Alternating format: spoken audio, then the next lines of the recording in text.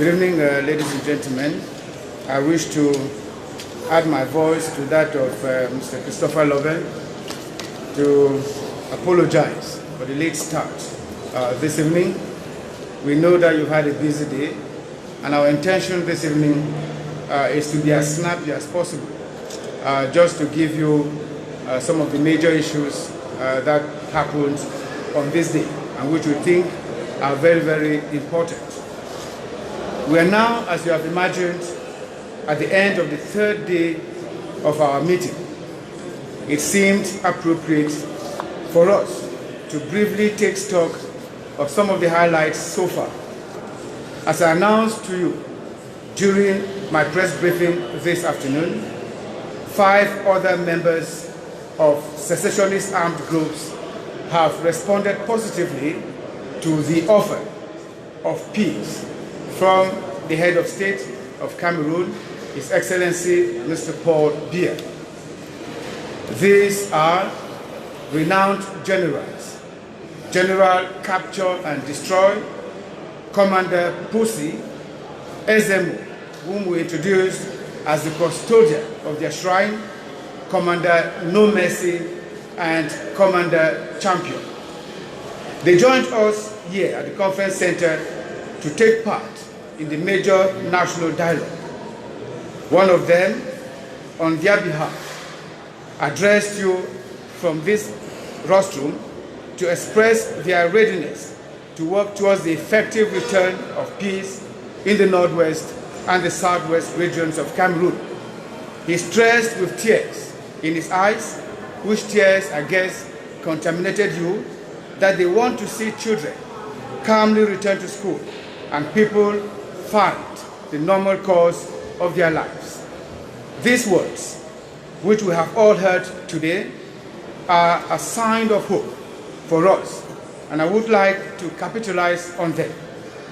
Moreover, they sufficiently attest to the fact that the convergence of views on the urgency of building peace and finding appropriate responses to the ongoing crisis is real.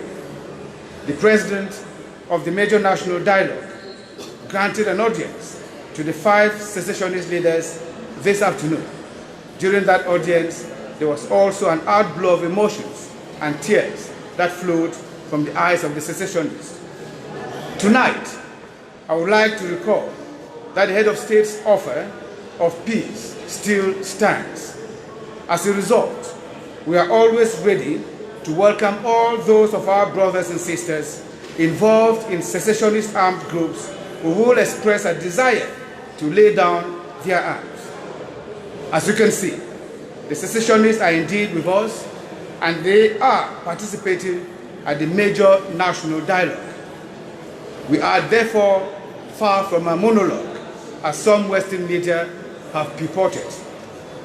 I would therefore like to reiterate this: dialogue is here and now and nowhere else. It is inclusive indeed.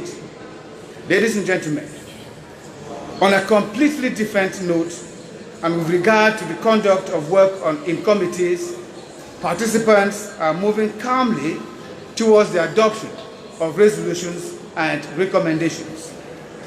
Despite the diversity of points of view, the major political actors in our country continue to feed the work of their rich experiences and opinions. This is the case of Chairman John Frundi of the SDF, whom the President of the major national dialogue received today in audience. Jean-Jacques Ekindi, President of the Progressive Movement, is member of the Commission on the Reconstruction and Development of Regions affected by the crisis and has been contributing. As I speak, the committees have completed their work.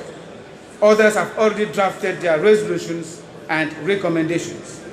This is the case of the Commission on Decentralization and Local Development. As of tomorrow at 9 a.m., this commission will proceed to the adoption of its report and make recommendations.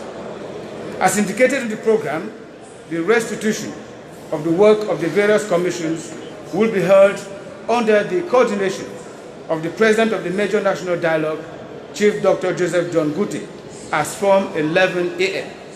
This plenary session will be followed by the adoption of the general report of the major national dialogue. I therefore look forward to seeing you tomorrow to follow these different and no less important sequences of a historic meeting with the greatest attention possible. Thank you very much.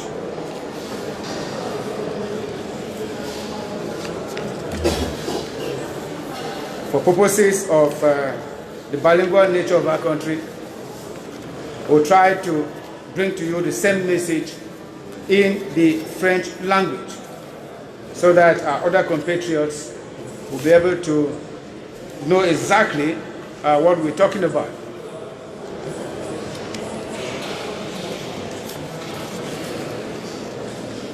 Mesdames et messieurs les journalistes, nous sommes donc rendus au terme de la 3e journée de nos assises. Il nous a semblé opportun de revenir brièvement sur quelques temps forts qui l'ont marqué. Comme je vous l'ai annoncé au cours de mon point de presse de cet après-midi, 5 autres membres du groupe armé sécessionniste ont répondu favorablement à l'offre de paix du chef de l'État, son Excellence, M. Paul Biya.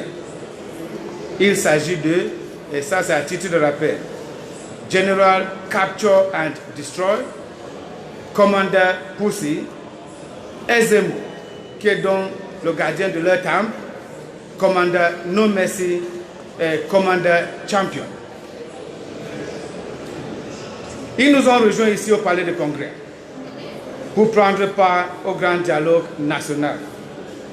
L'un d'entre eux, en leur nom, a pris la parole devant vous, du haut de ce pupitre, afin de dire toutes leurs dispositions à œuvrer au retour effectif de la paix dans les régions du Nord-Ouest et du Sud-Ouest, à voir les enfants reprendre sereinement le chemin de l'école et les populations retrouver le cours normal de leur vie. Ces paroles que nous avons tous entendues aujourd'hui sont pour nous un signe d'espoir que je voudrais ici souligner à grands traits. Bien plus, elles illustrent à suffisance que la convergence des vues autour de l'urgence à construire la paix et à trouver des réponses appropriées à la crise que nous vivons est bien réelle. Le président du Grand Dialogue National, Chief Dr. Joseph John Gute, a reçu en audience ces 5 leaders sécessionnistes avec beaucoup d'émotion. Je voudrais ce soir rappeler que l'offre de paix du chef de l'État reste maintenue et que, de ce fait, nous sommes toujours prêts à accueillir tous ceux de nos frères et sœurs engagés dans les groupes armés sécessionnistes qui manifesteront le désir de déposer leurs armes. Comme vous le constatez, les sécessionnistes sont bel et bien avec nous et ils participent au grand dialogue national. Nous sommes donc loin d'un dialogue de sourds tel que le prétendent certains médias occidentaux. Je voudrais en conséquence réitérer ici, le dialogue c'est ici et nulle part ailleurs. Il est sans exclusif. Mesdames et messieurs les journalistes, sur un tout autre plan, et pour ce qui est du déroulement des travaux en commission, les participants évoluent sereinement vers l'adoption des résolutions et des recommandations. Malgré la diversité de points de vue, les acteurs politiques de poids que compte notre pays continuent de nourrir les travaux de leur riche avis. Il en est ainsi du chairman John Fundi du SDF, que le président du Grand Dialogue National a reçu ce jour. Tandis que M. Jean-Jacques Ekindi, président du mouvement progressiste, participe comme membre aux travaux de la commission sur la reconstruction et le développement des régions touchées par ce conflit. À l'heure où je vous parle, toutes les commissions ont bouclé leurs travaux. D'autres ont déjà formulé leurs projets de résolution et de recommandations. C'est le cas de la commission sur la décentralisation et le développement local. Dès demain matin à 9 h précise, cette commission procédera à l'adoption de son rapport et de ses recommandations.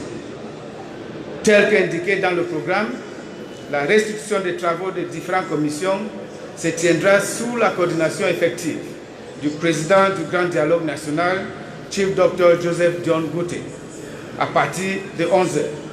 Cette session de restitution sera suivie de l'adoption du rapport final du Grand Dialogue National. Je vous donne donc rendez-vous demain pour suivre avec la plus grande attention cette différente et non moins importante séquence de notre rencontre historique ici même au Palais de Congrès de Yaoundé. Je vous remercie de votre attention. Alors, puisque nous sommes tous fatigués, je suppose qu'il n'y a pas de questions. Alors, on se voit demain. Merci beaucoup. Thank you very much. No questions. Tomorrow, rendezvous. No, it's okay.